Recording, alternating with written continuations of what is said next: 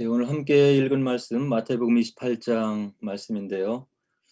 오늘은 특별히 그 교회력으로 삼위일체 주일이라고 하는 그런 뜻깊은 또 의미 있는 그런 주일을 저희들이 지금 맞이하고 있습니다. 그래서 오늘 본문을 중심으로 저희들이 사랑하고 또 매주 경배하고 우리 삶 속에서 동행하기를 원하시는 그 삼위 하나님이 어떤 분이신지 교회 역사를 통해서 또 많은 주님의 그 사자들을 통해서 하나님을 알려주신 성경이 있는데요. 그 성경을 토대로 해서 삼위 하나님의 모습이 어떤 것인지 저희들이 이성의 한계가 있지만 그 하나님을 좀 더 이렇게 생각해보고 정확히 우리가 이해하는 그런 시간을 좀 가졌으면 좋겠습니다. 그래서 이 삼위 하나님의 풍성하신 은혜 그리고 그분의 도우심 가운데 이 땅의 삶이 형통하고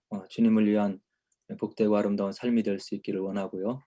오늘 말씀을 나누기를 원합니다.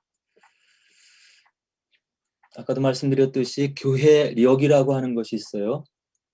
이것은 무엇이냐면 교회의 절기를 중심으로 이렇게 만들어진 기독교 달력이죠.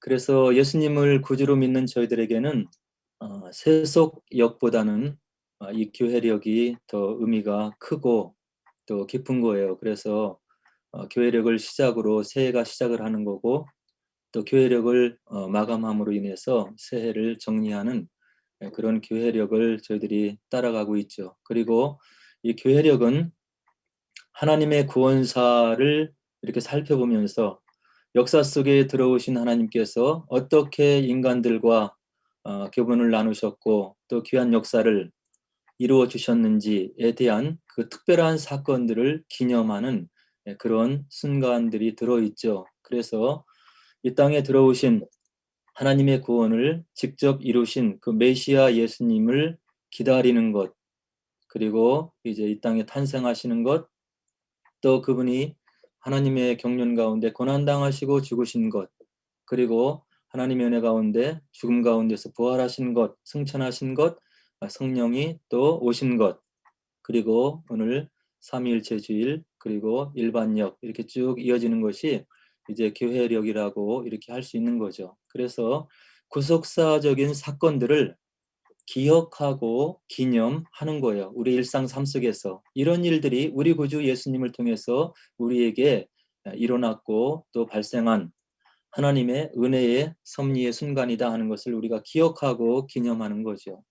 그래서 예수 그리스도를 통해 이루신 하나님의 위대한 구원 사역을 찬양하고 기념하는 것을 우리 교회력을 따라서 우리가 이렇게 정기적으로 하고 있는 거죠. 그리고 또 앞으로 이 세상에 도래하게 될 최종적인 왕국, 새하늘과 새 땅, 그리고 온전한 왕권을 가지고 다시 오시는 예수님을 기대하고 기다리는 그런 의미가 이 교회력 절기 지킴에 이제 들어있는 거죠. 그래서 기독교 공동체가 이제 예수님 이후로 이 교회력을 이제 세우게 되고요. 예수님의 이 땅에서 이루신 구원사, 이것을 좀 더 우리의 세속사를 통해서 기념하고 이렇게 지켜드리기 위해서 교회력을 이제 세우게 되는데요. 약 기원 후 4세기경 기독교가 공인된 이후에 이 기독교 공동체가 교회력을 따라서 이제 예배를 드리고 또 그 구주 예수님을 기념하고 또 기리는 그런 교회력을 저희들이 지금 가지고 있는 거죠. 그래서 큰 교회력, 중심이 되는 교회력을 좀 살펴보면요. 제일 먼저 가장 중요한 것은 주일인 거예요. 저희들도 지금 매주일, 일주일의 첫째 되는 날, 이 주일을 예배하며 또 마음을 모아서 우리의 마음을 올려드리며 기도하며 이 주일을 지켜나가고 있는 거죠. 그래서 교회력의 핵심이 되는 날이 바로 주일인 겁니다. 매주 어, 일요일, 그러니까 매주의 첫째 날 썬데이마다 주님의 부활하심을 기념하는 것이 이 주일인 거죠. 그래서 주님께서 이 다음에 영광 중에 다시금 오셔서 죽은 자와 산 자를 심판하러 다시 오실 것을 기대하고 그날을 우리가 기념하는 것, 주님의 부활하심을 기념하는 것이 주일이고요. 그리고 왕의 귀환을 고대하는 날, 그리고 우리를 위해 죽으시고 부활하신 그리스도를 온전하게 선포하는 날, 그리고 다른 말로 하면 작은 부활절들, 이런 의미가 가지고 있는 것이 주일이죠. 그래서 일주일에 한 번 첫날을 저희들이 예수님의 부활을 기념하면서 다시 오실 그 예수님, 재림 예수님을 기대하며 저희들이 기리는, 그리고 그 예수님을 예배하고 경배하는 뜻깊은 날이 오늘 주일이 되는 거죠. 그래서 주일 예배는 남다른 의미가 있고 또 중요하고 하나님의 은혜가 특별히 임하는 그런 날이라고 이렇게 볼 수가 있습니다. 그 다음에 이제 예수님 구세주의 그 사이클을 저희 따른다고 했는데요. 그 구세주가 오시는 것을 기다리는 절기, 크리스마스 전에 4주가 있죠. 우리가 대림절, 대강절 뭐 이렇게 얘기를 하고 있어요. 그래서 주님의 오심을 기다리는 그런 절기고요. 약속된 메시아의 오심을 사모하며 기다리는 그런 절기. 그리고 이제 주님은 오셨기 때문에 저희들이 요즘에 왜 대림절을 지키냐면 장차 오실 주님의 재림을 기다리는 시간이 이제 대림절 기간이 되는 거죠. 그 다음에 저희들이 익히 알고 있는 성탄절. 하나님의 말씀이, 하나님의 뜻이 성육신에서 인간의 육신의 몸을 입고 와서 시공간으로 직접 들어오셔서 그 구원사의 이정표를 세우신 날, 그것이 성탄절이 되는 거죠. 그리고 이제 태어나셔서 이제 성전에 가서 예수님의 그 할례받는 장면이 나오는데요. 그래서 주님께서 나타나신 것을 기념하는 절기. 그래서 시므온과 안나가 나타나신 예수님을 이렇게 높이면서 찬양하는 그런 복음서의 구절을 우리가 볼 수 있죠. 주현절이라고 얘기를 하고요. 그 다음에 이제 사순절이 또 있는데요. 그 전통적으로 이 사순절은 기독교 신앙으로 개종한 사람들이 세례를 받기 위해 준비하는 그런 기간이었다고 그래요. 그래서 예수님의 부활하심을 기념하는 부활절을 맞이해서 이제 개종한 그들이 신앙 고백을 하고 세례를 받는 그런 절기가 사순절 절기에 의미가 있다고 하는데요. 초대교회 이후로 이 세례는 매우 중요한 예식이었음을 우리가 교회사를 통해서 알 수 있는 거죠. 그리고 이제 저희들은 종교개혁자들의 후예들인데 이 종교개혁자들은 세례와 성찬과 설교를, 이 세 가지 요소를 하나님의 은혜를 받는 중요한 세 가지 방편이라고 가르쳤고, 이것을 준수해 나갔던 우리의 선조들, 종교개혁자들을 우리가 볼 수 있어요. 세례가 그래서 중요한 것입니다. 그리고 성찬이 주님의 몸과 살을 우리가 나누고 또 그 피를 마시는 성찬이 중요한 거고요. 주님과 연합됨을 우리가 기념하면서 지켜나가는 거죠. 그리고 설교는 하나님의 특별한 섭리 가운데 이 하나님의 호흡이 묻어있는, 영이 묻어있는 말씀을 통해서, 주의 종을 통해서 하나님의 뜻이 선포되는 그런 시간이기 때문에 이것이 하나님의 은혜를 받는 가장 중요한 세 가지 방편이다, 이렇게 얘기를 한 거죠. 그리고 특별히 이 중에서 세례는 그리스도와 함께 죽고 그와 함께 다시 일어나는 예식이기 때문에 중요한 신앙 고백의 의미성이 있는 거죠. 그래서 세례는 크리스천의 정체성을, 기독교인의 정체성을 분명하게 보여주는 사인이고 도장이다, 이렇게 이야기를 하고 있습니다. 이 세례식을 통해서 예수 그리스도를 주님으로 받아들이는, 그리고 그 주님을 위해서, 그 주님이 나를 살리기 위해서 돌아가셨기 때문에, 나에게 모든 것을 주셨기 때문에 나도, 나의 인생도 그 주님을 사랑하는 마음으로 섬기며 나의 한 목숨을 들여서 그분에게 충성하는 종으로 이렇게 서겠다고 하는 공적인 서약이 세례식인 거죠. 그래서 세례가 의미가 중요한 거예요. 그 다음에 이제 이 사순절을 지나서 부활절을, 예수님의 부활하심을 우리가 기념하는 부활절을 지키고 있고요. 그 다음에 이제 지난주에 우리가 지킨 절기인데 성령 강림절, 성령께서 오셔서 교회가 시작이 되고 믿는 사람들 가운데 함께 하시게 됨을 기념하는 그런 날이 성령 강림절 되는 거죠. 그래서 이제 이스라엘 백성들이 출애굽에서 모세의 영도하에 애굽에서 나온 지 약 50일이 지나서 이제 시내산에 당도하게 되는데요. 그 시내산에 올라가서 모세가 하나님으로부터 율법, 하나님의 말씀을 받게 되죠. 이것이 구약의 오순절 77절인데요. 이때는 하나님의 말씀이 모세를 통해서 하나님의 백성들에게 이제 내려온 거죠. 그래서 그 토라, 율법, 말씀이 하나님의 큰종 모세를 통해서 택함 받은 백성 이스라엘 백성들에게 주어진 뜻깊은 오순절, 칠칠절, 구약 절기가 되고요.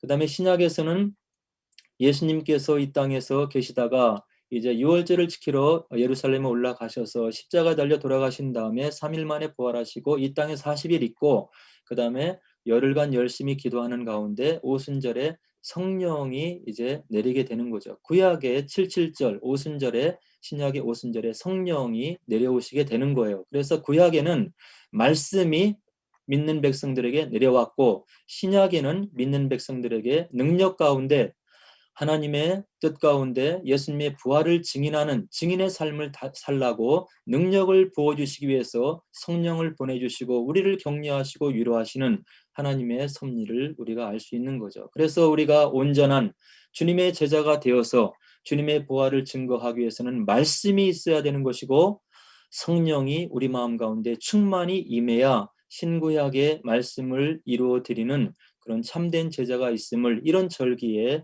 모습을 통해서 우리가 확인을 할 수가 있는 것입니다.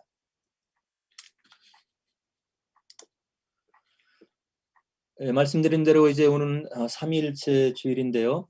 이 성경의 신구약 성경에 이 삼위일체라는 용어는 나타나 있지 않아요. 삼위일체라는 구절이 그런 단어가 나타나 있지 않지만 그 개념 삼위일체라는 개념을 분명히 알 수 있는 그런 구절들이 이렇게 많이 있는 거죠. 그래서 용어가 나타나지 않기 때문에 삼위일체라는 교리를 교회사 속에서 많은 사람들이 이렇게 만들어낸 것이다. 이렇게 얘기하면서 삼위일체 교리를 부인하고 그다음에 만들어진 교리다. 이렇게 얘기하는 사람들이 있는데 이것은 큰 착각이고 우리 기독교 정통에서 받아들일 수 없는 그러한 하나님에 대해서 잘못 알고 있는 이단들이라고 우리가 알 수가 있어요. 왜 그러냐면 여러분들이 다 읽어봐서 알겠지만 룻기와 에스더서를 읽어보면 하나님이라는 단어가 전혀 나타나고 있지 않은 것을 볼 수 있어요.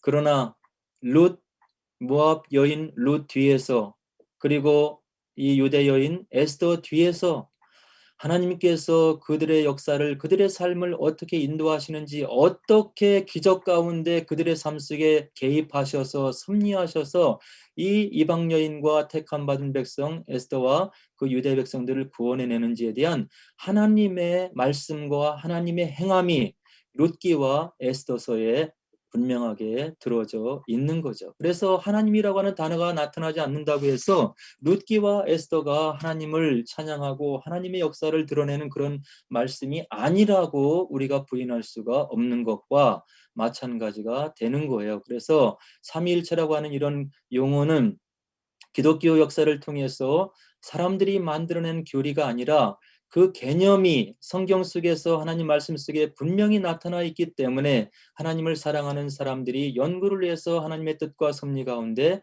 하나님은 우리가 섬기는 하나님은 우리가 예배하는 하나님은 삼위일체 하나님이구나 하는 그런 개념을 이제 이렇게 얻게 된 거죠.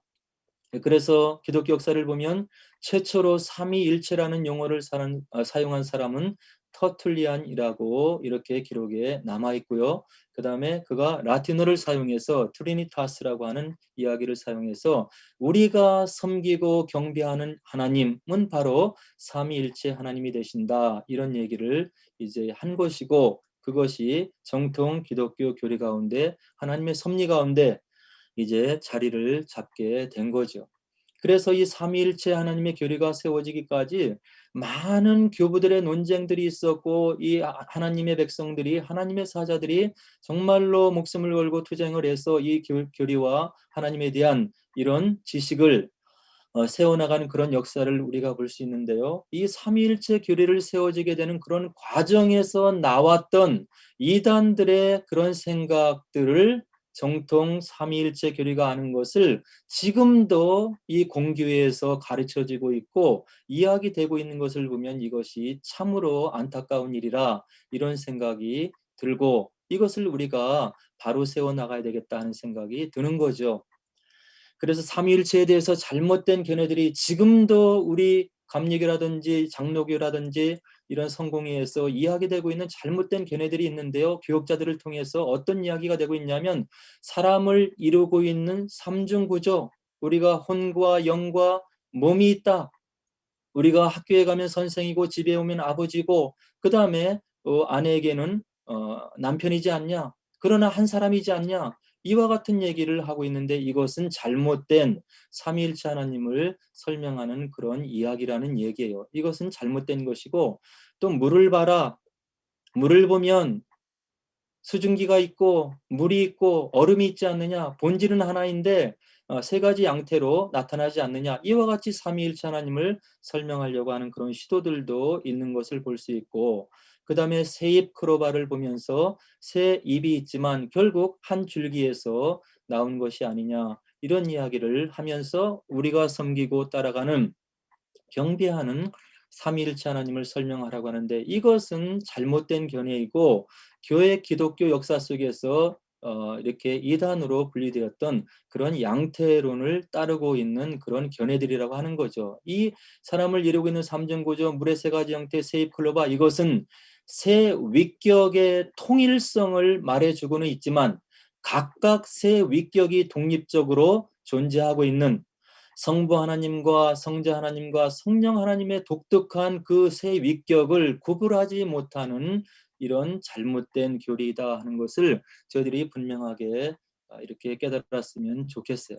그리고 또 어떤 잘못된 견해가 있느냐 하면 삼신론을 이야기해요. 성부 하나님도 신이고 성자 하나님도 신이고 성령 하나님은 신이고 우리가 섬기는 하나님은 삼신이다. 세 가지의 신을 우리가 섬기는 것이다. 이것은 또 잘못이 있는데요. 무엇이냐면 세 위격을 구별하기는 했지만 이들 사이의 본질적인 동등성과 통일성을 놓쳐버린 그런 삼위 하나님을 설명하는 설명이기 때문에 이것도 또한 잘못된 이단적인 요소가 있는 그런 삼위일체를 말하는 교리가 되는 것이라고 하는 거죠. 그래서 이것은 우리가 섬기고 경배하고 예배하는 그리고 따라가는 그리고 흠모하는 사랑하는 삼위일체 하나님을 부분적으로 설명하는 것이지만 하나님이 우리에게 주신 말씀을 통해서 이해할 수 있는 그런 삼위일체 하나님에 대한 교리를 정확하게 반영해주고 있는 것은 아니라고 하는 것을 우리가 분명하게 생각을 했으면 좋겠어요. 그러면 삼위일체 하나님이라고 하는 이 의미가 무엇인가요? 이것은 본질이 같으나 존재는 확연히 구분되시는 그런 하나님을 우리가 삼위일체 하나님이라고 이야기를 하는 거죠. 제1위 성부 하나님, 제2위 예수 그리스도 성자 하나님, 제3위 성령 하나님 이 세 위격의 하나님들이 성경에 보면 분명히 독립적으로 드러나 있는 것을 볼 수 있는 거죠. 그러나 세 위격이 분명하게 드러나 있지만 그 본질 에센스가 서브스텐스가 하나이고 동일하다고 하는 그 권능과 영광과 지혜와 그리고 행하시는 모든 것들이 동일하다고 하는 그 본질에 있어서 하나라고 하는 그런 의미에서 동일하시기 때문에 삼위일체라고 하는 그런 이야기를 우리가 성경을 토대로 해서 이야기를 한다고 우리가 이해를 할 수가 있는 거죠. 지난 시간에 아마 저희들이 한번 말씀을 나눴는데요. 예수님께서 요한복음 14장에서 그런 얘기를 하셨다고 말씀을 나눴는데요. 내가 아버지께 구하겠으니 그가 또 다른 보혜사를 너희에게 보내주실 것이다. 이것이 알로스라는 말씀을 제가 드렸고요. 같은 종류, 본질이면서 서로 다른 위격을 가지고 있는 그런 것을 표현할 때 정확한 헬라어의 표현이 바로 알로스인데 그것을 우리 예수님께서 지금 사용하고 있다. 그런 말씀을 지난 시간에 말씀을 이렇게 드렸던 것 같아요. 그래서 세 위격이 분명하게 독립적으로 존재하시지만 그 세 위격이 가지고 있는 본질 에센스가 바로 같기 때문에 하나이기 때문에 동일하시기 때문에 우리가 삼위일체라는 그런 교리를 우리가 지금 믿고 있고 고백하고 있고 그런 삼위일체 되신 하나님을 우리가 섬겨 나가고 있다고 하는 예배하고 있다는 그런 얘기죠. 그러면 왜 삼위일체의 교리가 설명 불가능한 그런 면이 있다고 이야기를 하는 것인가요? 그것은 바로 세 위격이 있지만 본질이 같다고 하는 것을 성경을 통해서 우리가 이해를 할 수 있지만 그 본질이 같음을 우리 인간의 이성이 완전히 100% 이해할 수 있도록 설명이 불가능하기 때문에 삼위일체 교리가 바로 신비라고 그렇게 인간의 이성의 한계성을 고백하는 그런 고백으로 삼위일체의 신비성을 우리가 이야기를 하고 있는 거죠. 만약에 이 삼위일체 하나님을 물로 수증기로 얼음으로 설명할 수 있다고 하면 전혀 우리의 이성이 이해하지 못한다고 손을 항복을 할 필요가 없는 거예요. 세입크로마도 마찬가지인 것이고 또 아버지이고 선생이고 남편이고 이런 것들은 다 설명 가능한 것이기 때문에 삼위일체의 신비한 교리가 거기에 숨겨 있다고 우리가 이야기를 할 수가 없는 거죠. 그러나 새 위격이 분명히 존재하시지만 성경을 보니까 그 새 위격이 가지고 있는 본질이 동일하다고 하는데 그 본질이 동일하다는 것을 우리의 인간의 이성과 논리로 완벽하게 설명할 수 없기 때문에 우리의 이성으로는 온전히 이해할 수 없는 하나님의 신비라고 우리가 고백을 하고 있는 것입니다. 그래서 이 삼위일체의 상호관계는 셋이 서로 확연히 다르시고 그러나 어떤 위격도 다른 둘이 될 수 없으시고 이 세 위격 중 어느 위격도 다른 둘이 없으면 존재할 수 없는 그런 신비한 연합체를 가지고 있는 우리의 하나님 삼위일체 하나님임을 우리가 하나님의 호흡이 묻어있는 성경을 통해서 교회사를 통해서 하나님의 종들이 세워놓으신 신비롭고 영화로운 삼위일체의 우리 하나님에 대한 모습이라고 하는 것을 저희들이 마음속에 깊이 간직을 했으면 좋겠습니다. 그래서 셋이 서로 다르면서 하나이며 그 중에 어떤 하나가 없으면 존재 자체가 성립이 안 되는 관계, 우리가 이해할 수 없는, 설명할 수 없는, 우리가 사랑하고 존경하고 예배하는 풍성하신 삼위 하나님의 일체 되시는 우리 하나님의 모습이라고 하는 거죠. 그래서 이것을 도표로 나타내 보면 성부 하나님과 성자 하나님과 성령 하나님이 있다고 볼 수가 있어요. 그러나 그 사변을 보면 성부 하나님이 성자 하나님이 아닌 거죠. 성자 하나님이 성령 하나님이 되실 수가 없는 거죠. 성령 하나님이 성부 하나님이 아니신 거예요. 그러나 그 본질, 에센스에 있어서 이분들은 바로 하나가 된다는 이야기죠. 이것도 물론 제한적인 그런 설명이 될 수 있는데 우리의 이성의 이해를 돕기 위해서 이와 같은 도표를 교회사 속에서 하나님의 종들이 그려서 이해를 도왔던 그런 신비한 오묘한 우리가 섬기고 예배하고 경배하는 사랑하는 우리의 풍성하신 삼위 하나님의 본질의 하나에 있어서 하나 되는 그런 모습을 우리가 이야기를 할 수가 있는 거죠. 그래서 이 삼위일체 교리가 세워지기까지 기독교 역사를 살펴보면 두 사람이 큰 논쟁을 벌였어요. 하나는 아리우스라고 하는 사람인데요. 이 사람은 그리스의 신학자이고 리비아 출신이고 알렉산드리아의 장로였어요. 313년에 하나님과 예수님의 동일 본성을 부정했던 사람이에요. 그리스도는 예수님은 하나님의 창조물 중 최고자이기는 하지만 하나님 및 영원적인 실제는 아니라고 이야기를 한 거죠. 이것은 바로 오늘날 여호와 증인이 이야기하는 그런 얘기예요. 그리스도는 예수님은 하나님이 아니고 하나님 성부 하나님이 창조하신 최초의 창조물이라고 지금도 여호와 증인이 얘기하고 있기 때문에 그들이 잘못된 교리를 가지고 있고 하나님을 섬겨나가고 예배하고 있다는 이야기를 할 수 있는 거죠. 그리고 이 아리우스는 예수 그리스도는 하나님의 은총을 입어 하나님의 양자로 선택받은 것이다. 그가 세례를 받을 때 일반적인 사람이었는데 하나님의 양자로 선택받은 사람이었다. 이렇게 예수 그리스도의 신성을 부인하는 이야기를 한 거죠. 그래서 이 아리우스가 이와 같은 얘기를 했을 때 이집트와 시리아, 소아시아에서 많은 사람들이 이 사람의 견해를 추종해서 이제 따라가게 되는 거죠. 그러나 제1차 하나님의 섭리 가운데 이루어진 에큐메니칼 공예로 불리는 니케아 회의에서 325년에 아리우스는 최초의 이단으로 몰려서 이제 추방되는 그런 하나님의 섭리를 우리가 교회사 속에서 확인을 할 수가 있습니다. 그 다음에 이런 아리우스의 주장에 반대해서 교회사에서 하나님의 종이 이제 등장을 하게 되는데요. 그 사람이 바로 아타나시우스라고 하는 교보였어요. 이 사람은 4세기의 교보였는데 이방인 부모에게서 298년에 이제 태어나게 됩니다. 그러나 이가 이제 복음을 받아들이고 알렉산드리아의 대주교인 알렉산더에게 그가 이제 발탁이 되어서 그 사람 알렉산더 밑에서 이제 공부를 하며 그의 사역을 배우는 그런 과정을 이제 지나가게 되죠. 그래서 알렉산더가 328년에 이제 하나님께 부름을 받고 그 알렉산더의 계승자로서 이 아타나시우스가 이 알렉산드리아의 대주교의 역할을 이제 감당하게 되는 거죠. 그래서 불과 30세의 나이로 로마 제국 최대 교구인 알렉산드리아 교구의 교구장이 이제 되는 거죠. 그래서 아리우스의 이와 같은 이단적인 성경이 증거해주고 있지 않는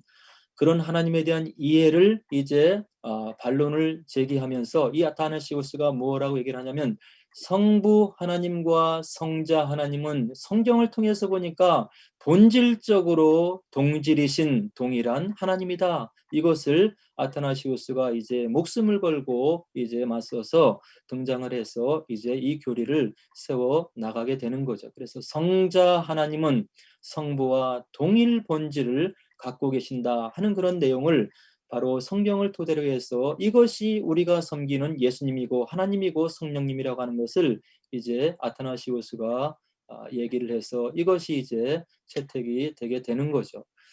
그래서 이 니케아 공회의가 열렸던 325년에 열렸던 위대한 삼위일체 교리를 세우는 그런 공회가 열렸던 그런 니케아가 바로 이 소아시아의 이런 지역, 요 지역에 있었던 것이고요. 이 좌편에 나오는 사람이 이제 아리우스, 그 다음에 우편에 나오는 사람이 교회사를 통해서 보면 아타나시우스라고 하는 그런 사람인 거죠. 그래서 역사를 통해서 하나님께서 그분에 대해서 그리고 하나님을 어떻게 경배해야 되는지 그리고 어떻게 섬겨 나가야 되는지에 대해서 하나님의 종을 일으켜 세워서 그분에 대한 실체를 바로 삼위일체로 공개하신 하나님의 섭리를 우리가 교회사를 통해서 확인을 해볼 수가 있는 것입니다. 그러면 삼위일체를 말해주는 말씀이 성경에 어디에 있습니까? 구약에 여러 구절들이 있어요. 창세기 1장, 3장, 11장 또 여러 곳에 있고요. 또 이사야서 6장, 48장, 61장 하나님 당신을 표현해서 얘기할 때 우리 이와 같이 복수로 얘기하면서 창조 역사 속에서도 하나님의 신이 운행했고 그 다음에 다른 잠언서나 전도서를 보면 바로 예수님 성자 하나님께서 같이 지혜로서 이 창조 사역에 동역했던 그런 여러 가지 구약의 구절들을 보면 하나님을 복수로 나타내고 이 성부, 성자, 성령 세 위격이 동일하게 역사하셔서 이 우주 만물을 조성하시고 또 모든 법칙을 세우시고 그분의 한이 없는 지혜로 우리 인간들을 위해서 우주 만물을 창조하셨던 하나님의 섭리를 우리가 구약에서 볼 수가 있는 거죠. 이것이 이제 신약으로 오면 분명하게 드러나게 돼요. 요한복음 1장 1절 3절에 보면 잘 아시는 그런 구절인데요. 태초에 말씀이 계시니라 이 말씀이 하나님께 계셨으니 말씀이 하나님과 계셨으니 이 말씀은 곧 하나님이시라 그가 태초에 하나님과 함께 계셨고 만물이 그로 말미암아 지은 바 되었으니 지은 것이 하나도 그가 없이는 된 것이 없느니라. 분명히 말씀과 하나님과 그리고 함께 동역했다고 하는 것을 사도 요한이 1장에서 분명하게 이야기를 하고 있는 거죠.